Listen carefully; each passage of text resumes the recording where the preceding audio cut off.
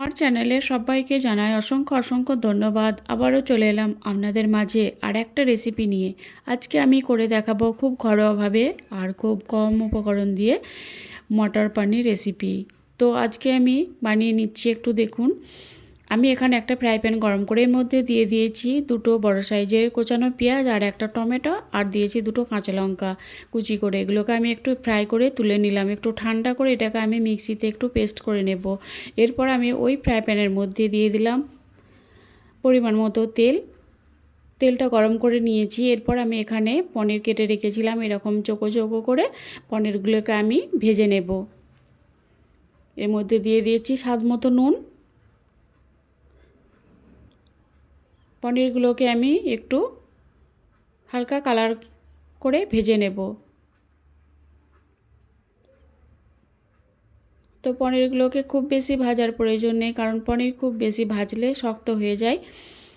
আর এটা খুব সাবধানে ভাজতে হবে, না হলে পনিরগুলো ভেঙে যেতে পারে। তো দেখুন পনিরের গায়ে কালার চলে এসেছে, একটু হালকা লালচে লালচে কালারটা চলে এসেছে। আমি পনিরগুলোকে ভেজে তুলে নিয়েছি। আমি ওই তেলের মধ্যেই ফোড়নে দিয়ে দিচ্ছি দুটো ছোটো এলাচ, এক টুকরো দারচিনি, দুটো লবঙ্গ আর দু টুকরো তেজপাত।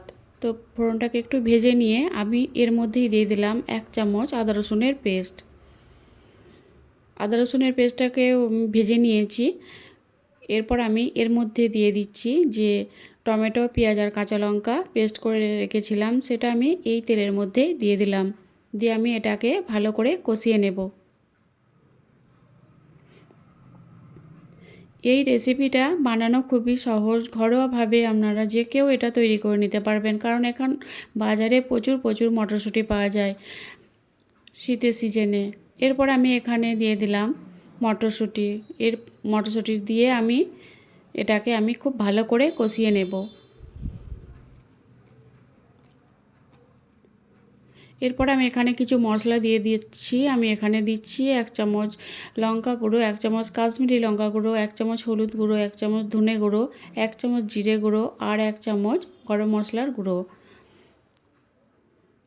মশলাগুলোকে আমি সঙ্গে খুব ভালো করে কষিয়ে নেব।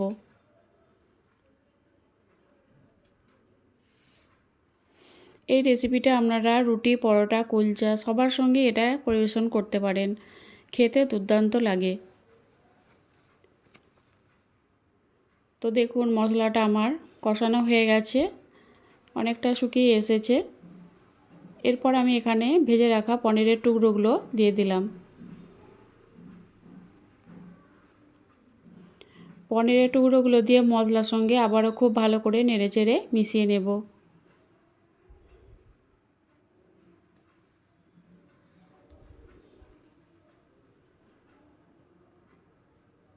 তো এখানে আমি কষিয়ে নিয়েছি। এরপর আমি এখানে গরম পানি দিয়ে দিলাম 1/2 কাপের মতো। অবশ্যই এখানে আপনারা গরম পানি ব্যবহার করবেন।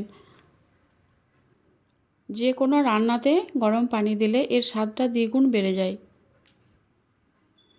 তো এটাকে আমি একটু ঢাকনা দিয়ে ঢেকে দিয়েছিলাম। দেখুন এটা ফুটে গেছে। এর মধ্যে আমি দিয়ে দিচ্ছি 1 চামচ চিনি। তো এটা আমার প্রায় হয়ে গেছে। দেখুন এটা অনেকটাই মাখো মাখো হয়েছে, এর থেকে বেশি ঝোল করব না।